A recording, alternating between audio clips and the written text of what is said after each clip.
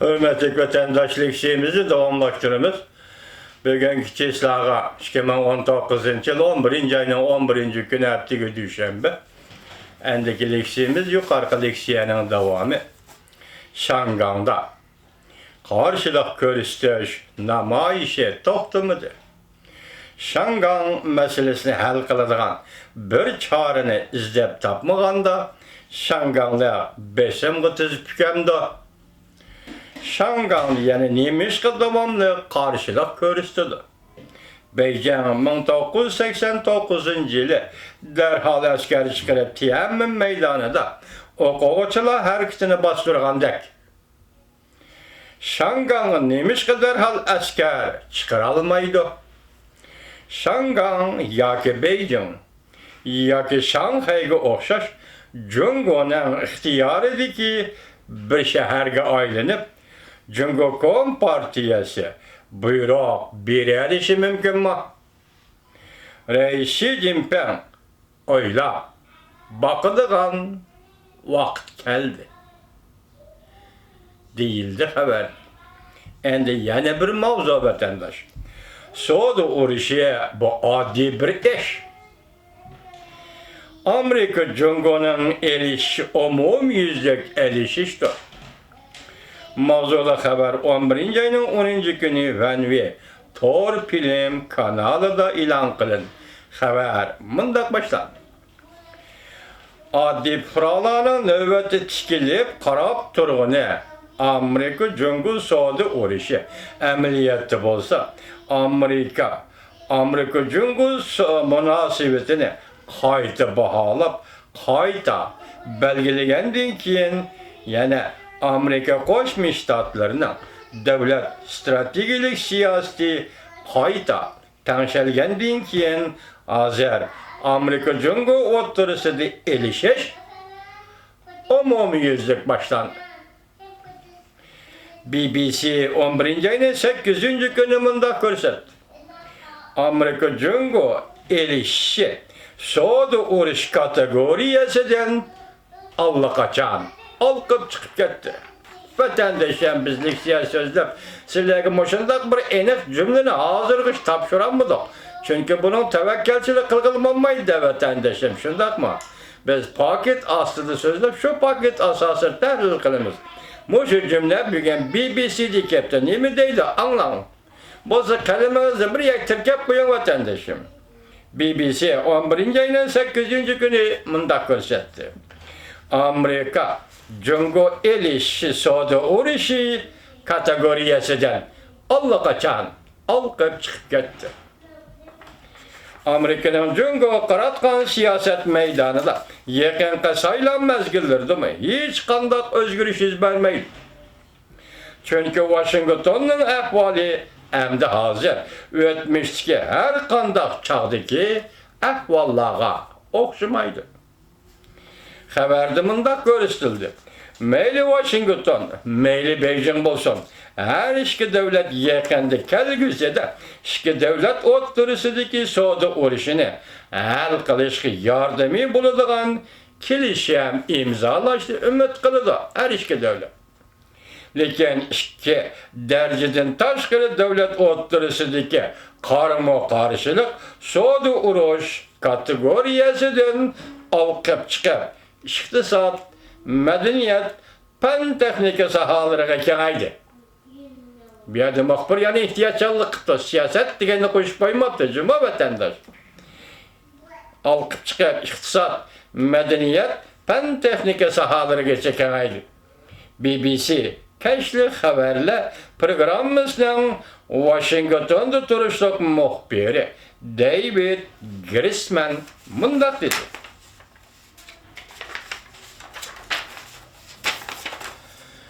İki devlet o'rtasidagi ciddi munosabatlar savdo urushidan texmi chunqur bir qatlamga chetiladigan bo'lg'achqa diqqat vatandosh.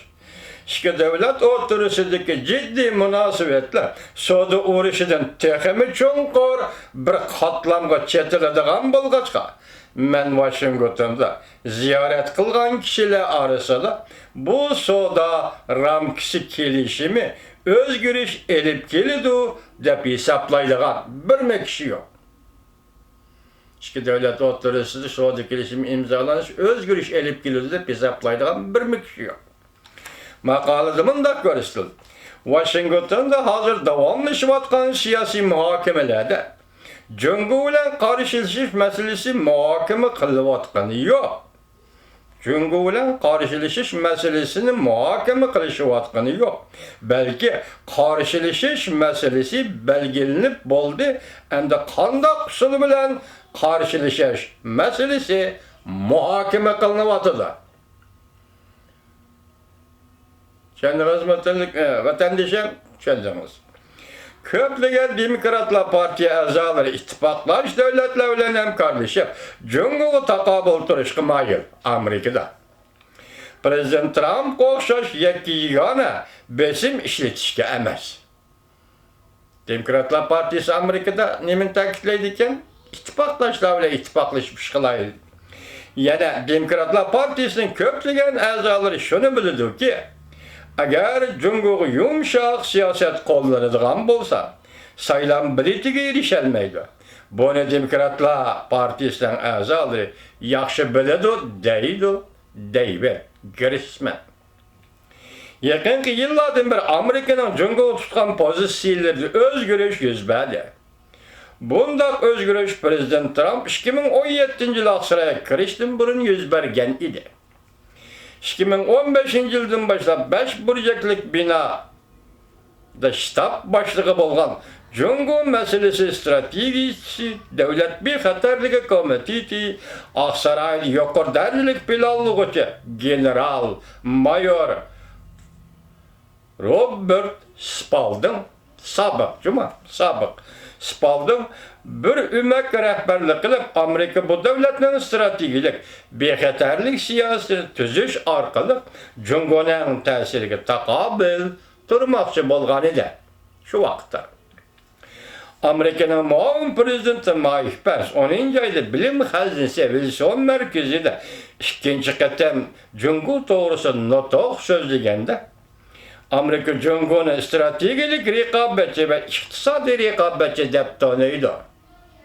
Dedi ve o'xshashli bir vaqtda Cüngü Kompartiyasi o'zining qilmish etmishlariga mas'ul bo'lishi kerak deb ko'rsatdi. BBC muxbirining ziyoratini qabul qilganda Robert Spalding intayin to'g'ri va shundoq o'tkir fikr bilan mundaq ko'rsatdi. Cüngü Kompartiyasining Amerikaning manfaatiga elib kelgan tahdidi Ikkinchi dunyo urushida Germaniya natsistlarining elib kelgan tahdididan eng og'ir va eng qattiq tahdiddir.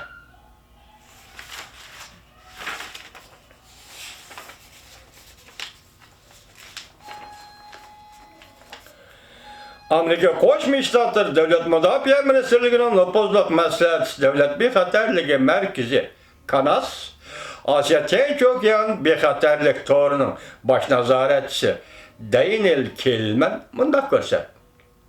Kelgusida Amerika bilan Cüngü Kompartiyasi mustabidlari o'rtasida kurash Amerika bilan Cüngü Kompartiyasi mustabidlari o'rtasida kurash fan texnika sohasida ham ko'p o'rin egallaydi. Harbiy ishlar texnikasining tashaynida g'ayri harbiy texnika sohasida musobaqa va raqobat o'xshashlar xalqiliq masaladir. Cüngü Kompartiyasi o'z davlatida nazorat qilish, tekshirish texnikalarni mukammallashtirib qolmasdan, balki texmi ko'p holda tashqari davlatlarga texnika eksport qiladi. Balki o'ng'ayroq eksport qiladigan Qozog'iston, Qirg'iziston, O'zbekiston, Tojikiston degan davlatlar bo'lishi kerak.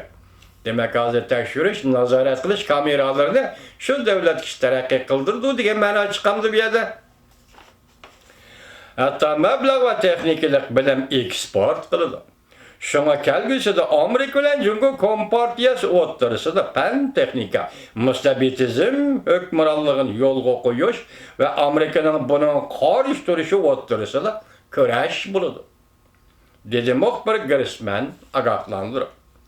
Cumhuriyet Dünya Savdo Teşkilatı a'za bolup girişiga yordam bergan Amerika o'zining Cumhuriyet'nin Amerikaga zarb berish dolqiniga duch keldi. Birinchi dolqin Amerikada ishsizlar va zavodlarning taqilishini keltirib chiqardi. Bu zarbaga avval uchraganlar 2016-yili Prezident Trump saylan bileti tashlagan Amerikaning o'rta qismidagi Tömürgüllük belvaq rayonlarda yashaydigan Amerikaliklar edi. Amerikaning shirkatlari Jungoga ko'chib ketgandek bo'ldi. Jungoning arzon emgak kuchidan foydalandi. Amerika jamiyatiga elib kelgan oqibat shu bo'ldiki, Amerikada sanoat ishlab chiqarish 18 yil to'xtab qoldi. Bir erishgan yaxshilik shu bo'ldiki, har bir uyda arzon Jungoda ishlangan oila elektr saymonlari bilan to'shdi.